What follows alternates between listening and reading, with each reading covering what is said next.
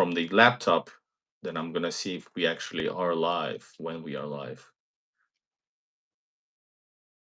Mr. By the Mile, thanks for watching, man. At least not on my we are probably, but it's not. It might be a delay. Yeah, it says it goes live. I got yes, now we are. There's a little delay, but yeah, here we are. And it looks good, by the way. You can also, if you have a laptop, go in the back. But I'm here. I'm here. I see us. I hear us. The video looks great. We have Lynn now from Finland. We have Mr. By the Mile. And guys, I'm gonna try to add before introduction. I'm gonna add Mr. American Sputnik if I'm able to. No, I'm not for some. Are you? You're not attached. Anyways, guys, welcome everybody. This is Egon Russia. We have an American Sputnik, or as Americans say, a Sputnik, as a guest straight from Kazan, right?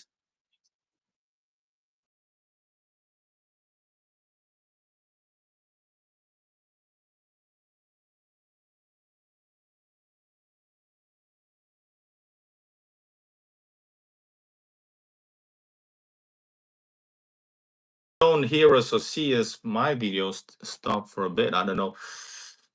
I see as well, but for some reason I can.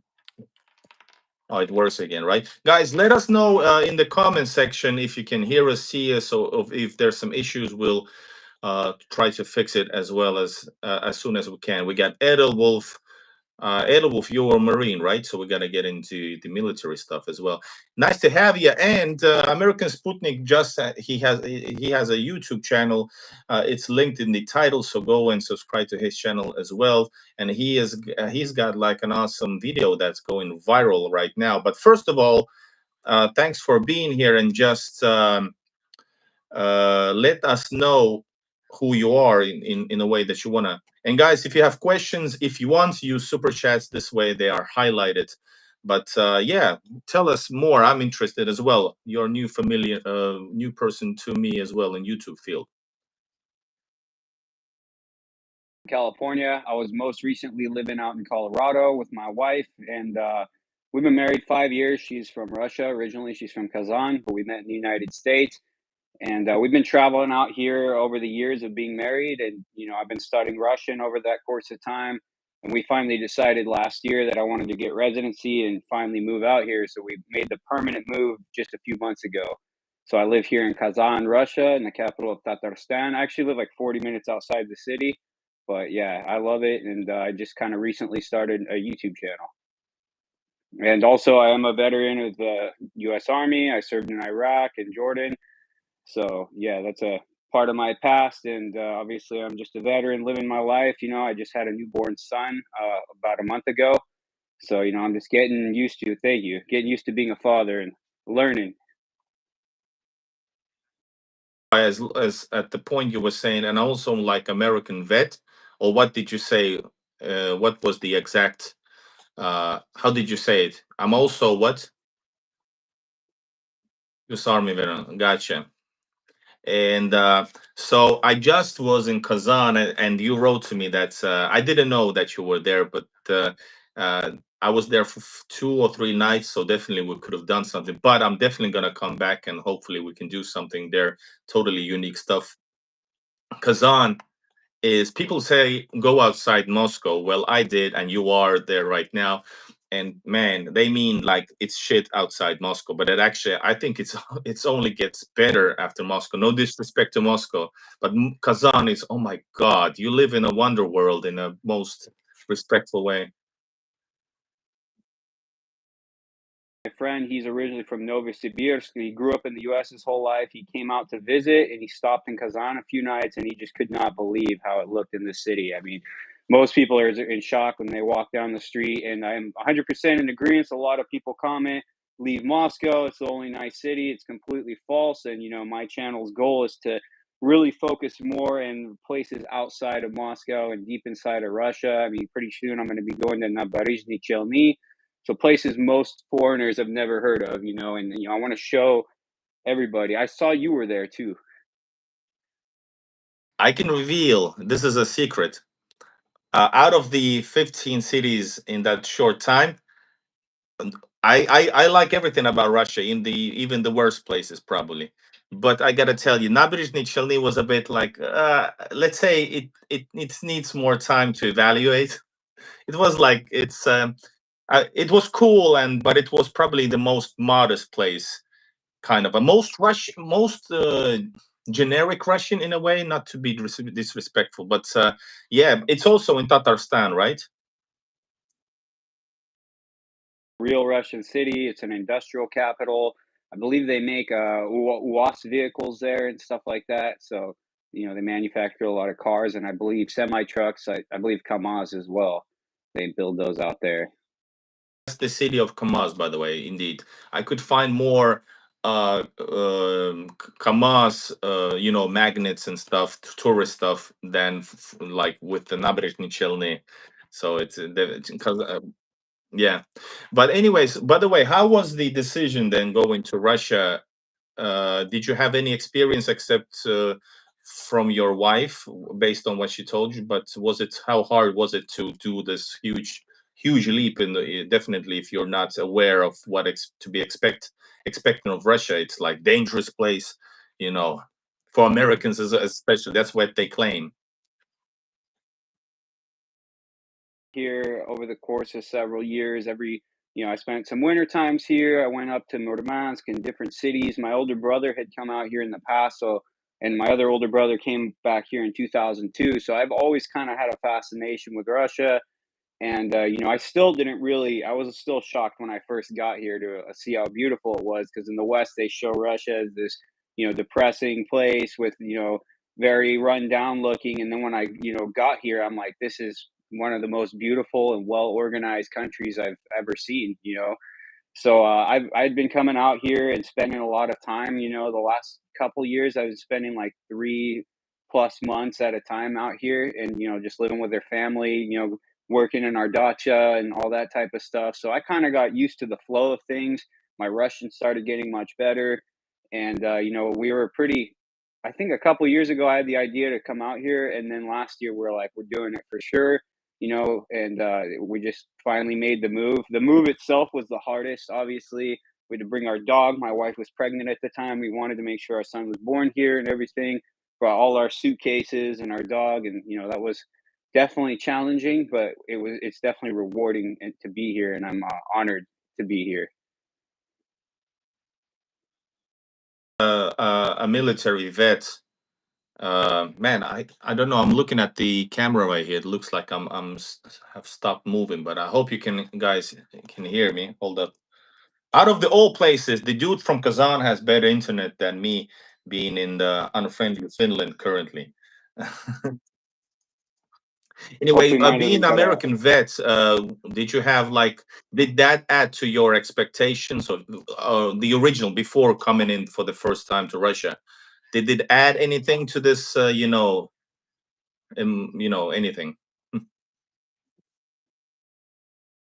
Obviously, concerns having that background. I'm a combat veteran and all that. I know that relations aren't always the best. Especially during a few years ago in the start of the SEO and all that. So, I was a little worried, and a lot of people are telling me, "Don't go right now. It's not a good time. They're gonna take you away. They're gonna arrest you. This and that." And I was like, you know what? I'm not gonna believe it. Like, what happens in life happens in life. I just want to go out there and be around our loved ones, which my wife's family. We grew very close together, and her mother-in-law and her grandmother, we've grown very close together, and they're my family as well, and I want to help them and take care of them. And so I don't really, obviously, anything political going on, like, I'm going to do what it takes to get to them and help them. So I did have my doubts. I was a little concerned, about my past, but when you're doing a visa and stuff, you put in your information. If they don't want you in the country, they're not going to give you a visa. How do they, Russians, or, well, Russian means, by the way, also Tatar people, everything. That's for you guys watching over there. All kinds of Russians. How do they actually, not receive? How do they view you, or talk to you, approach you when once they hear you're American? On average, it's really good interactions. Most people are like really grateful that or honored that I'm even in their country, especially because I'm always out in like our Dacha area and the smaller areas outside of Kazan, which most of tourists or Americans would really never go. So a lot of the neighbors invite me over to, hey, let's go hit my banya, let's have some drinks, stuff like that. People are really friendly and welcoming. I have had a few somewhat negative interactions, but to be honest, I feel like it's a big difference. Like being an American in Russia, it's more people are very interested and very welcoming. But I noticed, like, my wife had, issues in the United States being Russian there. I feel like she's had a lot more negative reactions to being from Russia there than I do being from America here. So I am received pretty well. And, people here are very hospitable and very kind, and they're kind to their guests.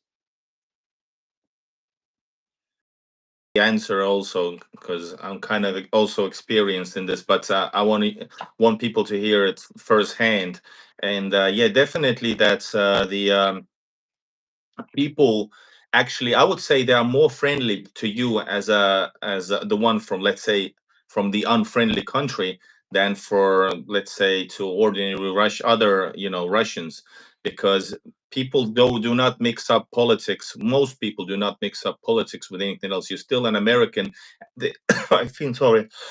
I feel they probably feel like more honored for you to, despite the situation, despite they know about the propaganda against the Russia and Russians. So they actually like they respect you for being there, especially if you're like with open mind in Kazan or whatever you are.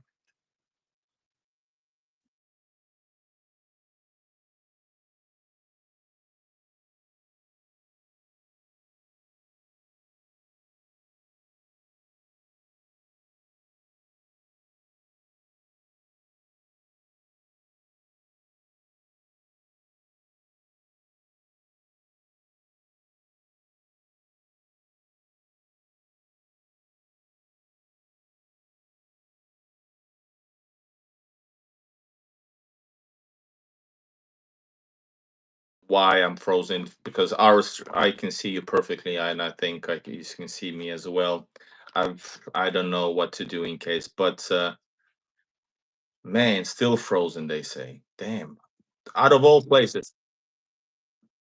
Yeah, that's weird. I don't know.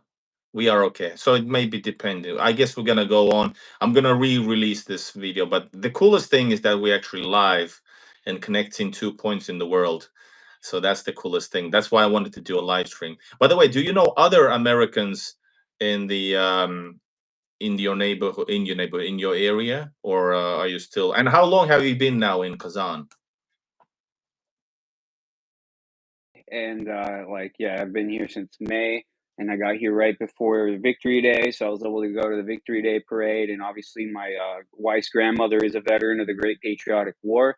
So obviously, it's a big day for her, and all the family comes to her house, and we hang out and celebrate that day. Obviously. So I was glad to get there just in time for that, especially for the 80 years of victory celebration. It was really awesome. And yeah, I've been here 2 months. I don't know any other Americans out here. I haven't met any. I did get a contact for a guy in Yashkaraga. He's originally, I guess, used to go to my Orthodox church in Colorado, and someone gave me his number. We've been talking, and I'm probably going to go out there and meet him up and probably film around that city. It looks beautiful out there as well.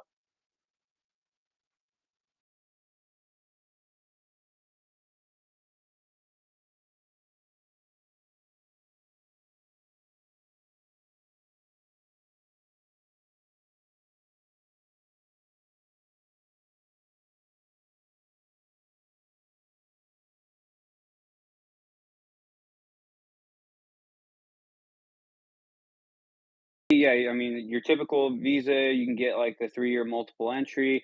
You'll fill out some documents, they'll ask some questions, and just obviously just be honest and transparent and everything. And you get your visa pretty fast. I think the first visa I got, I used an agency in Los Angeles who got it for me in about a few weeks. And then last year, I received разрешение на временное проживание, which is RVP. And, I had to do all these steps, pass a language exam, and do all that. It was before the shared values thing was released. And, so I had done it that way. and I'd received that. But one thing that everyone should definitely know is that you also need a special visa for entering and exiting the country. Just if you have RVP by itself, it's not good enough to enter and exit the country. So that's definitely something you should know. And I had to go to Kyrgyzstan and get that, a visa to like come back here. And I came back through Yekaterinburg. And it really is unfortunate because I had filmed there a little vlog and somehow accidentally deleted it. And so yeah, I lost all that, and I kind of always wanted to go there and take the train to Kazan, and that's what we did. So we chose that route, but unfortunately, I didn't get the footage. I made a mistake, and then yeah, but either way, I'll be going back there soon. Beautiful city. Unfortunately, where the Tsar was killed, and it's a top three, I think top three city, right? The third biggest city or fourth, maybe, I don't know now. Definitely worth visiting. Yeah, but I didn't know about this special entrance exit thing that you mentioned. That's I got it taken care of, and I made it to my home, to my loved ones and stuff. So yeah, it is definitely something that obviously, if you have it, make sure you have all your extra stuff in order. And obviously, I know that's only for certain citizenships as well. American is one of them that you'll need that. I think it's a private visa or something for entering and exiting. And then, but yeah, I'll be getting Benjet pretty soon, permanent residency. Obviously, my son was born here in Russia, so I'll have that, and that is like obviously a separate booklet that looks like a passport, and it's you can use that for everything, and it'll be much easier. RVP is just a stamp and a page in your passport, so it's just in my American one. But Benjet is definitely a better document. I'll have that pretty soon here. we are live. So if you want to ask some questions from American in Kazan, which is really cool, two words combo because usually everybody's in Moscow. Some are not, but Kazan. That's a weirdly enough, not popular place, but it should be because I think it's the greatest, one of the greatest locations in the Western Russia. So we are live. Join the chat, guys, and please like the video as well. And want to acknowledge somebody. Svetozor said yes, Moskva, Peter, and Yekaterinburg. That's the top three biggest cities in Russia. And all right, Edelwolf is keeping watch. And if you can use super chat if you want to. Before we go into the night topic, because that's the viral video right now, which is really cool, man. Really happy for you. But what about in general comparisons for you as an American, Russia and USA? What's the biggest difference? In street, oh, in life. It's like the main huge difference. I guess when you're talking like the videos I've been making recently, obviously you walk around any city in the United States, it's especially in the city centers, it's usually the most characters around, the most homeless and stuff. And here it's everything is very orderly, very clean. They take care of their people here, and I'm very impressed by it, obviously. And I just felt obligated to make those last couple videos, just because I love showing Russia to other people. Other differences, I guess, just somewhat cultural differences, you can say. I mean, I know that there's like small things like I don't know. I guess you could say like shaking someone's hand under a doorway, or obviously like making sure if you're gonna be with a Russian woman, you bring her a uneven amount of roses. Don't make that mistake, obviously, because even amount means for obviously a funeral. So there's some stuff like that. I wouldn't say that it's like the biggest cultural differences, but honestly, life feels almost similar to the U.S. Just things look differently, obviously. If we're talking about the social media sphere, what about the street view differences? Are they true? Meaning, comparing. I mean, people. There's a lot of videos all around the world for years about showing America, who is usually they show the worst places, which is like if we're talking about California with Los Angeles, we're talking about the what's the word? The place where all the homeless lives, and of course outside Skid Row, yeah, Skid Row, and then the drunk and the druggies, etc. Is that comparison fair enough? And of course, they show the beautiful Moscow with everything glittering and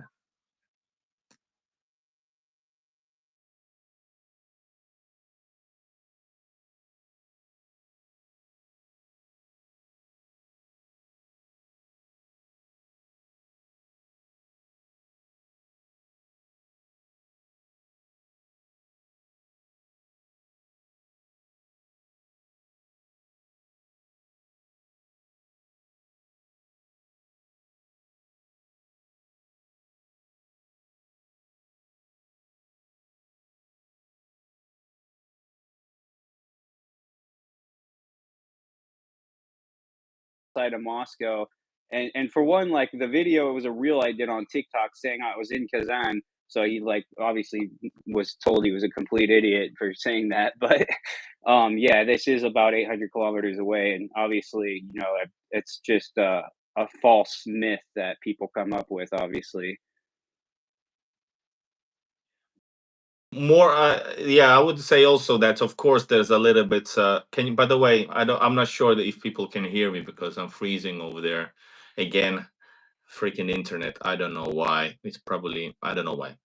But it's more true than it's not, I would say as well. Sure, there are places in Russia as well, but the worst place in America is probably more way worse than the worst place. Not America, in some city of America is way worse than the most worst in Russia. In Russia, though, you would, to be honest, guys, and we are open, and unlike the ones who think we're just working for somebody and showing this because this cannot be true. I would say that in Russia, you can find places which would, if you're just coming out of airport from the West, might be a little bit surprising to you. Maybe a little bit older buildings, neighborhoods, which look maybe a little bit run down. And you would say this is horrible. But in fact, there's like, if you go inside, the places are very nice. So it's actually just the outside of the houses. This can be found probably more more often in Russian cities, in some cities. You won't find that in Moscow. You won't find it in some other places, but you can find those. But they are not dangerous. You won't find places in most of the Russian cities which are hashtag most do not go air zones, do not go zones. That's you won't find those places. You can lie that they are, but that's a whole different. That's a YouTube game. Soviet neighborhoods and areas, like it may shock some Westerners or something, say, oh, it looks bad there, dangerous, depressing. And that's my point. I want to walk around these neighborhoods like that. And I want to show that, obviously I'm walking in an area where mostly everything is Soviet style around me, the beginning of that video, and instead of running into trouble, I run into a very nice babushka selling berries, and I buy some berries off her in the street just to show the difference of like, you may go to a place in the US and you'll walk around the metro station and you're not going to find an interaction like that. It's kind of just going to be, very watchful of the kind of characters that are surrounding that area because that's just normal life over there. Here, things may look older, but in my opinion, I like the Soviet style apartments. To me, that's beautiful and they're lively neighborhoods. You got little mini bazaars and you can buy different things and fresh fruits and stuff.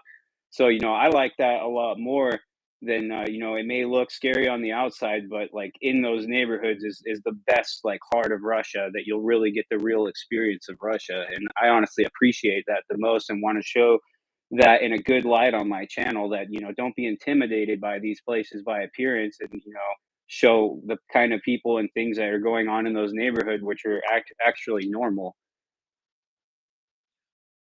Want to pinpoint, Julia says the bigger cities are usually nicer in Russia, but the smaller towns and villages aren't as nice as in the US. Tells me Russia put all its money in the metropolitan areas, ignoring the rest.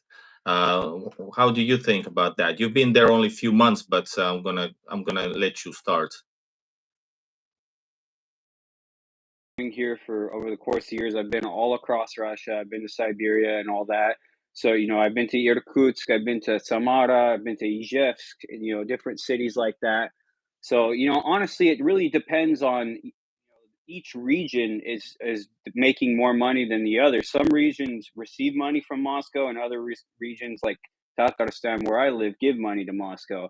Obviously, we produce a lot of oil here, so we are a very well off region, and they take pretty good care of their cities.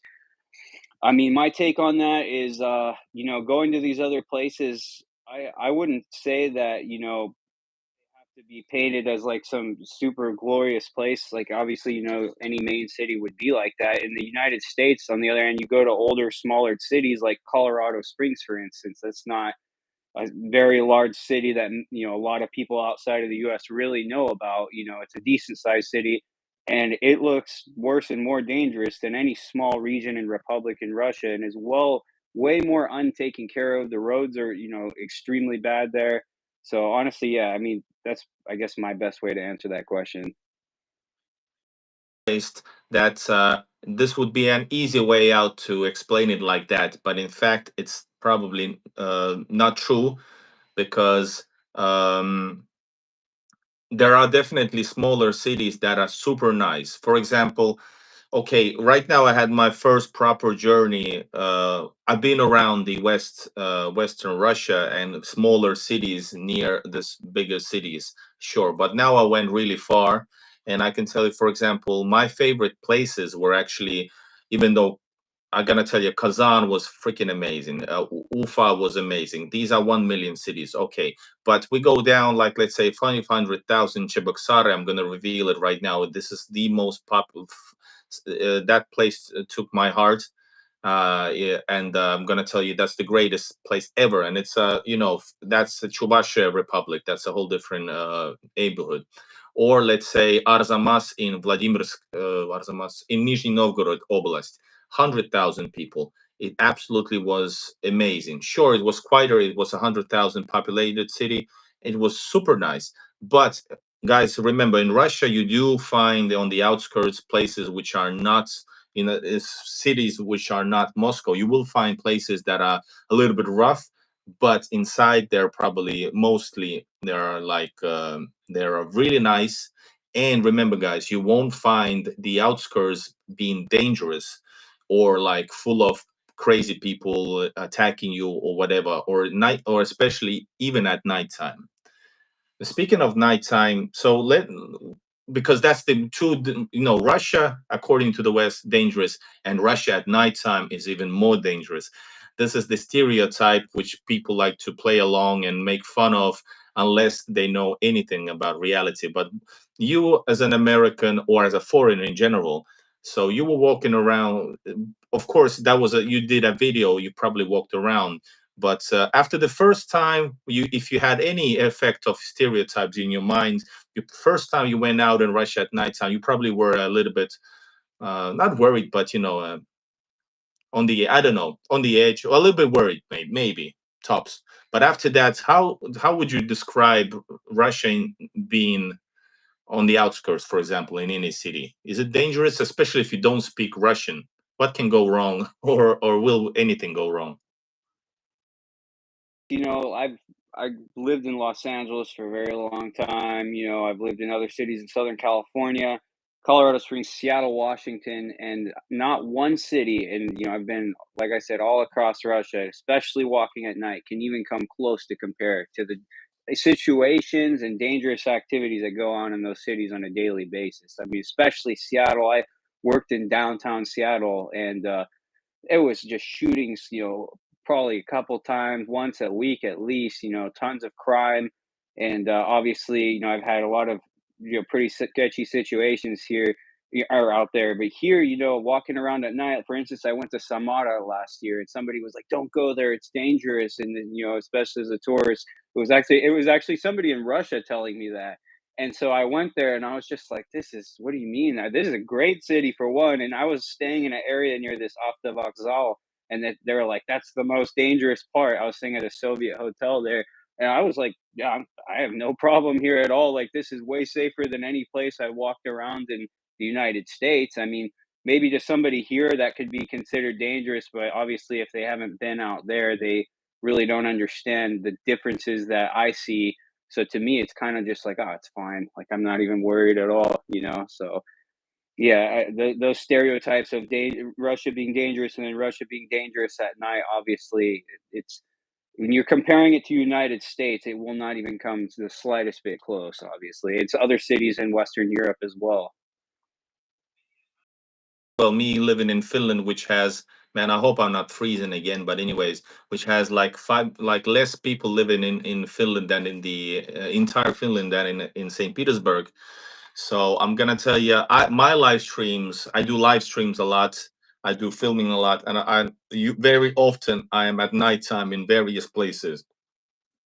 And if you know me, guys, on my channel, I never actually, I do not prefer the touristy centers at all. Maybe for the camera, but usually I'm on the outskirts. I love suburbs. I love Soviet suburbs, especially. And yeah, there's nothing to be worried about. And speaking English on the phone loud enough and being tipsy, usually in my case. So it's totally fine. I've been to also, like, by the way, speaking of Samara, that was the second top locations on the trip, top three. Out of the 15 cities, the last new city for me was Samara. And yeah, once again, there was a so-called old city. You probably seen it. I wasn't at the Aftervokzal. I was at the, well, 30 minutes walk from train station, but the city center, but old center. And if you remember, there was like super old Slavic buildings which look like unlivable. That was the thing. Once again, you can, yes, super beautiful, but every other is like probably collapsed or half collapsed. But then I noticed that people actually live there, and it's like historical center, I guess. But that's the only place. I went on the outskirts, and I actually found the probably the nicest and awesome looking suburbia. Well, big buildings and the tons of life, totally normal. And even this historical center where I spend my also nights, days and nights, were totally fine. There's nothing, actually. The only minus is because Samara is a smaller city. There was not a lot of people going around, which was weird for me, because I usually people are in Russia are very lively. Suburbs are lively all the way to after midnight. You got pubs, or not pubs, but you have restaurants working after 12 if there's like decent sized cities. So I love the vibe. So that was actually missing on the old, because the houses were historic. But yeah, guys, uh, there's so much information about this, because people want to paint Russia and imagine tens and decades and decades of false narrative about Russia, it's being dangerous. And there's a certainly, I think, and I know so, that there's a certain powers that want to portray Russia like that, because the best thing that actually could change people's minds towards between cultures is actually like just going places or speaking the language and actually going there. And they don't want you to do neither of them, especially now. So all of this information, usually a lot of people who know a little bit of the truth are going to receive it well, but those who are 100% against it, they won't believe you and me. Even though we show camera, or if we show live is unedited, they won't believe anything. But I guess that's how the game works. Like that, oh yeah, you're paid or something to do whatever you're doing. Because when I see those comments on my channel, obviously I'm new to YouTube, so I'm just like, okay, that makes no sense. But just people don't want, and other people really like get almost upset when you're showing that Russia looks good. Like, it really upsets them that their expectations weren't met, and I've seen a lot of that from some of the Americans and other Westerners in my comments, that they're just it seems like they're genuinely upset that their expectations weren't met, and they just get really spiteful towards it. Attitude or Russophobia, which is in the Western world kind of that's the platform of all discussions about Russia. First of all, you have to think in a certain way, and once you go the other route, it usually has to be, people are freaking their minds if you dare to speak based on your experiences and not based on the anti-Russian propaganda. So that's very sad. But I guess we are doing there's nothing wrong about, in any countries, in any places in the world, to show truth between cultures. and showing especially the good thing, the good sides of Russia. And if there's something negative, I personally don't hide it, but there's only few things you might find it. For example, like you said, you have few negative experience based because of you are an American. Well, imagine he lives in a city with 1.1 million, so that's not a lot. And I know that in the in the west where I live, unfortunately, until I move to Russia, I hope. um, if I speak Russian, I get dirty looks even after 30 years of living in this country. So that's the difference. I would imagine that there you may even have more, more issues for sure. Obviously, it being Finland and all that.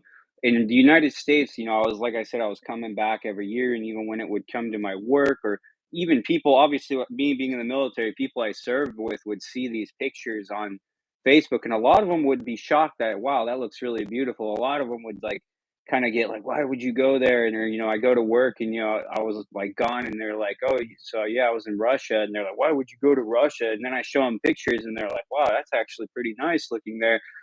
So a lot of people, even to the point where they kind of were like, I want to go there now. I had a completely different idea until I started kind of, me being their friend and seeing that all my travels there, and it made them even want to travel here. But there's other people who just won't change their mind either. Once, I think 2 years ago, I was told by a relative, like, "Oh, how are you eating? There's no food in the grocery stores. There's no food. The sanctions are working." And I said, "Let me video call you in like 5 minutes." I went to Petorchka, and I was just like, "Yeah, we got all the food here." And they're like, "So what? The news is lying." Yeah, they're lying. Like, what do you think, man? Like, what do you think I'm? Decisions, so they can make more decisions based on certain political, plans or whatever the game plan they have, which is obvious though. So what would you say to those who are now or even before us intrigued of traveling to Russia? Let's say Americans or the Westerners. Where, of course, obviously, if they want to travel to Russia, get the visa. There's a free visa, online visa, which is basically free. It's $50 for 50 something countries, 53 countries. But for Americans, you guys got the best visa ever, which is 3-year visa. And but where should they travel at? What kind of expectations and preparations should they do um, for this trip if they want to see if this is true what we speak about?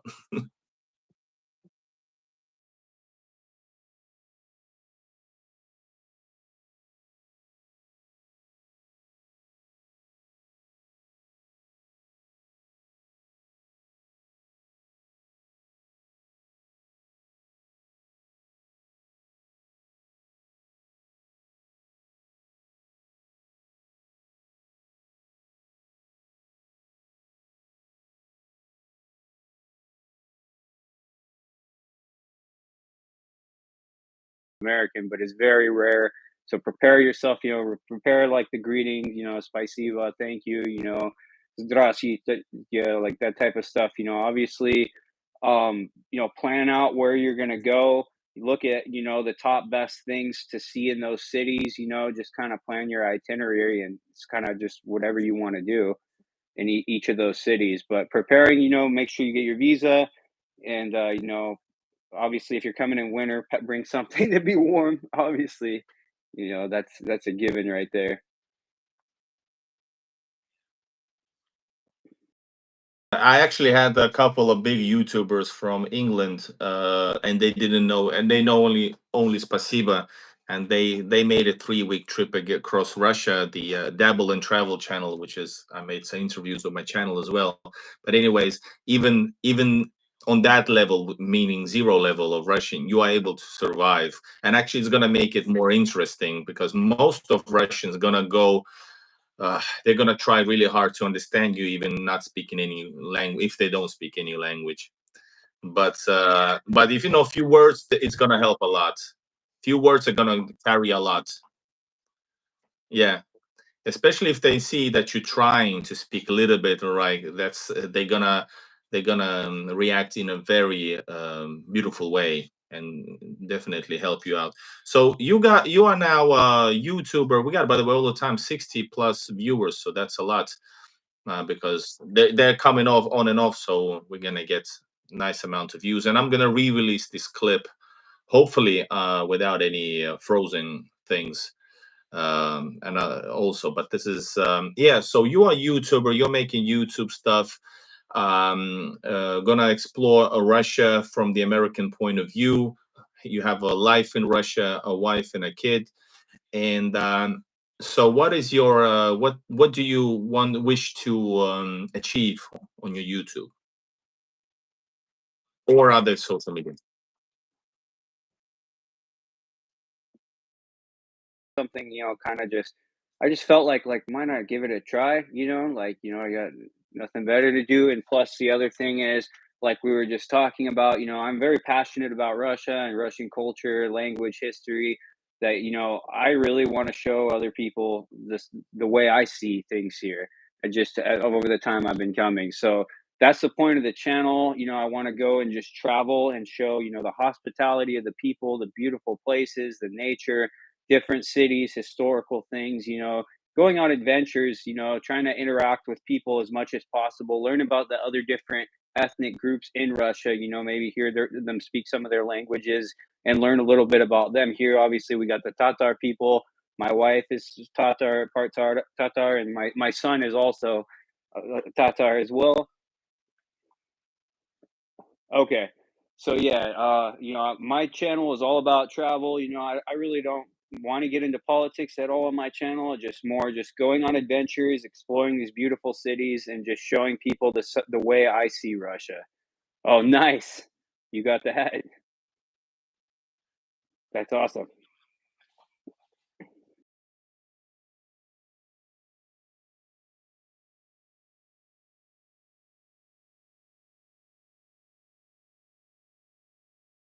You doing a little bit more around that neighbor. Tatarstan alone is a huge area with tons of history. So not just focus on that, but maybe there's no need to run away back to Moscow, even though it might give you views and you should go there. But I mean, opening Tatarstan and the neighboring the regions, oblast and republics would be a great idea, I would say, for X amount of time. As a core content, maybe.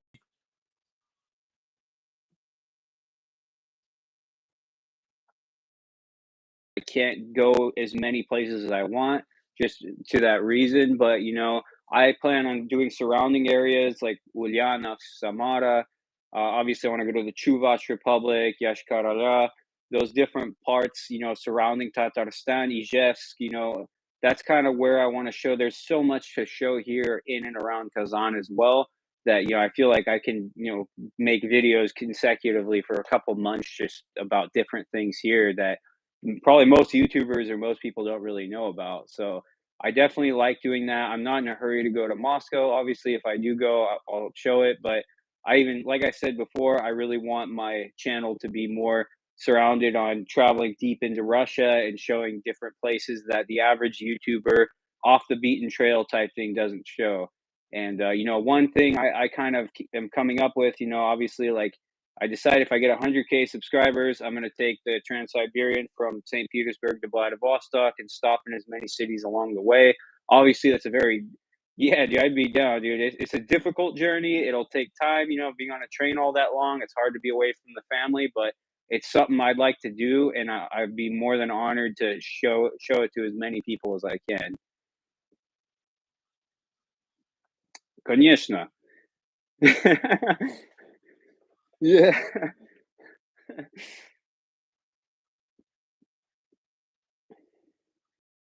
Kazan, but this is from Ufa actually, because I couldn't find this in. But this is non-religious one, even though it looks like it. That's why I wear it and I love it. I always wore caps and I love this. This is my connection to your region right now.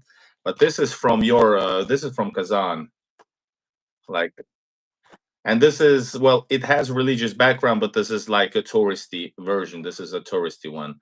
So I wore it, but I'm not gonna wear it since it's a little bit different than the ones worn by Muslims around the world because they're not touristy. But for some reason, I asked a lot of people. It's like it's kind of okay to wear in Tatarstan or Bashkortostan, which is the next region, or Chuvash. It's kind of okay because if they're like touristy. But it does have a religious background. I'm just Russian Orthodox, so I'm not gonna, but I did because they said it was okay. But then I found this one, which is totally okay.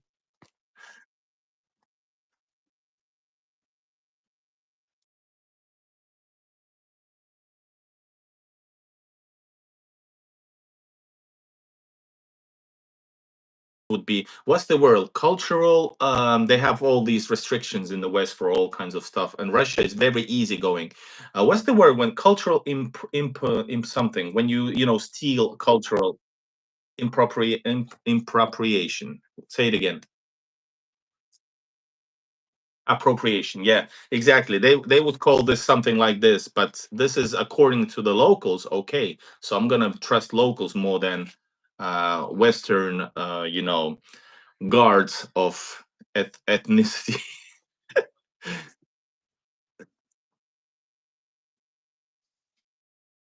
Kyrgyzstan, they in Kazakhstan, they all have their own similar types of hat in that region, Central Asian region. Yeah, yeah, no, I love traveling to post-Soviet countries. I've obviously been to Russia, Kyrgyzstan, and Kazakhstan before. I've actually been to a strange part of Kazakhstan, Aktau on the Caspian Sea. So I never actually went to Almaty or any of those cities, but very cool. And I definitely want to go back to those places as well in my future videos.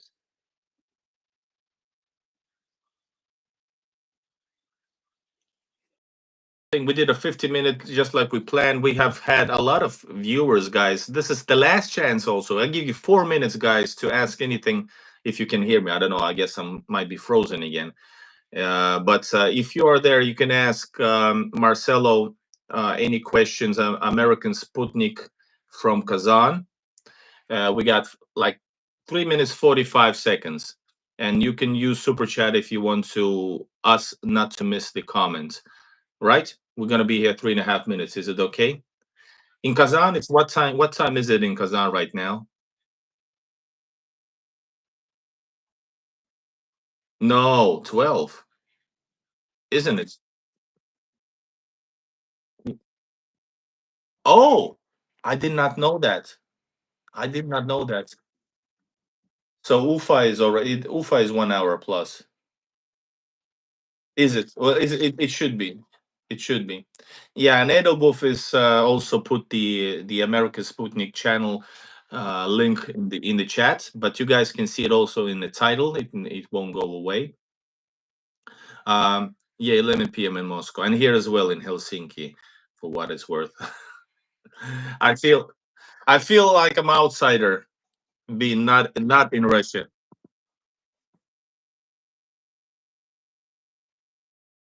Department of Kazan Airport, and she went to Helsinki and was part of the team that signed the deal with Finnair to have a direct flight to Kazan back in the day. Unfortunately, those days are over. Hopefully, in the future that'd be a great, extra route and stuff like that. But yeah, no, I was a little history. She had told me. I had told her, yeah, he's from Finland. She's like, oh, I've been there. I've been to Helsinki before.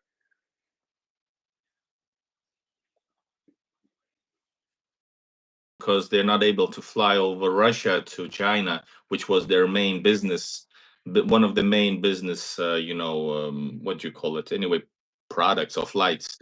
It was the cheapest to travel to China was through Helsinki because of the world's curve. Yeah, but not anymore. So they have to fly all around Russia. So the sanctions work, but they work on the other side also. Uh, Senmases means hello and stuff like that. So there are a few. I know Eshbishmak, which is a треугольник, like the Tatar pirashki. I'm pretty sure you probably tried one. Yeah, yeah. In Tatar, it's called Eshbishmak, and obviously Rakhmad means thank you. So Allah Bersan is God willing, I believe. If I'm mistaken, please correct me. But Yeah, I am. Obviously, I hear her grandmother. She speaks Tatar, and she's 99 years old. And she could go from Russian to Tatar like that, just instantly. She did a interview on the Russian news. She's a veteran of the Great Patriotic War, and she did half one portion in Tatar and one portion in Russian. So yeah, it's pretty cool to hear that language. It's definitely different.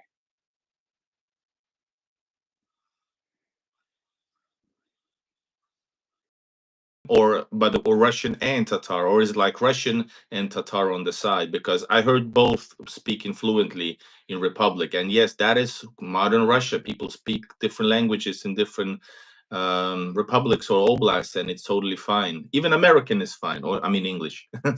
But are you what languages you're studying now?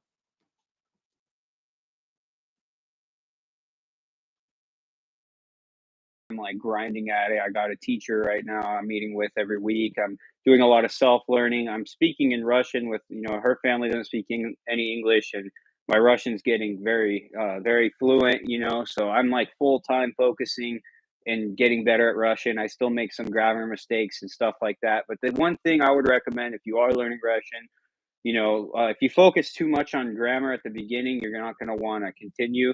Just learn as many words as possible. And like, you had said earlier, people are going to help you. People are going to help your mistakes. They're going to understand what you're saying, and they're going to respect that you're trying, and they will fix, the mistakes that you make, which that's how I learned grammar is just from other people. And I always tell everybody, if I make a mistake, please correct me. I won't get offended. So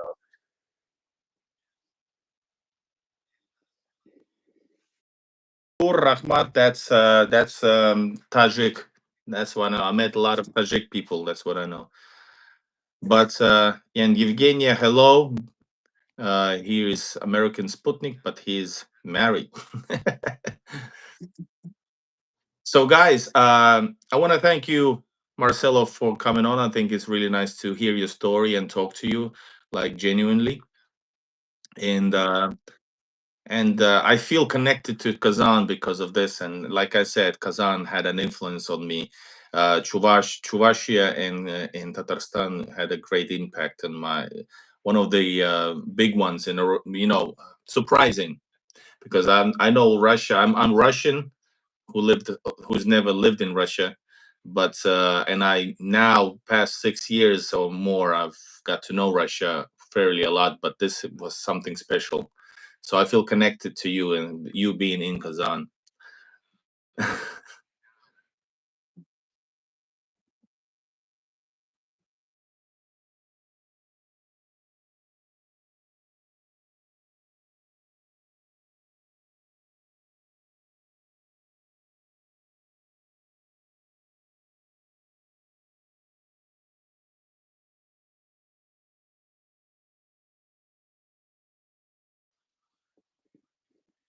yeah,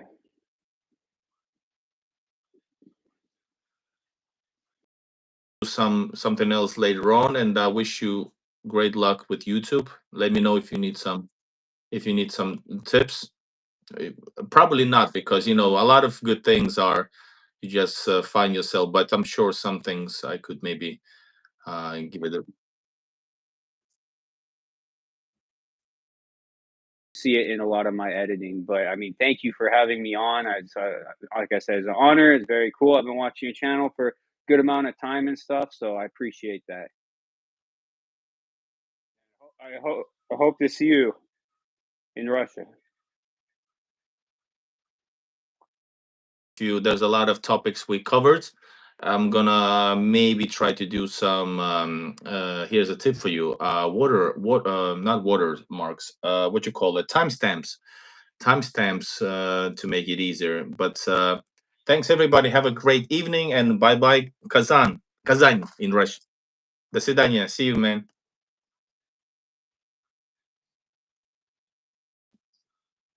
All right, guys. See you and bye bye. Thanks for watching. Thank you, Edelwolf, for holding it up. Thank you, Barley Bar, Edelwolf, Nesso, Evgenia, Iron Fist, everybody who's in the chat. I see you soon. Bye bye, y'all.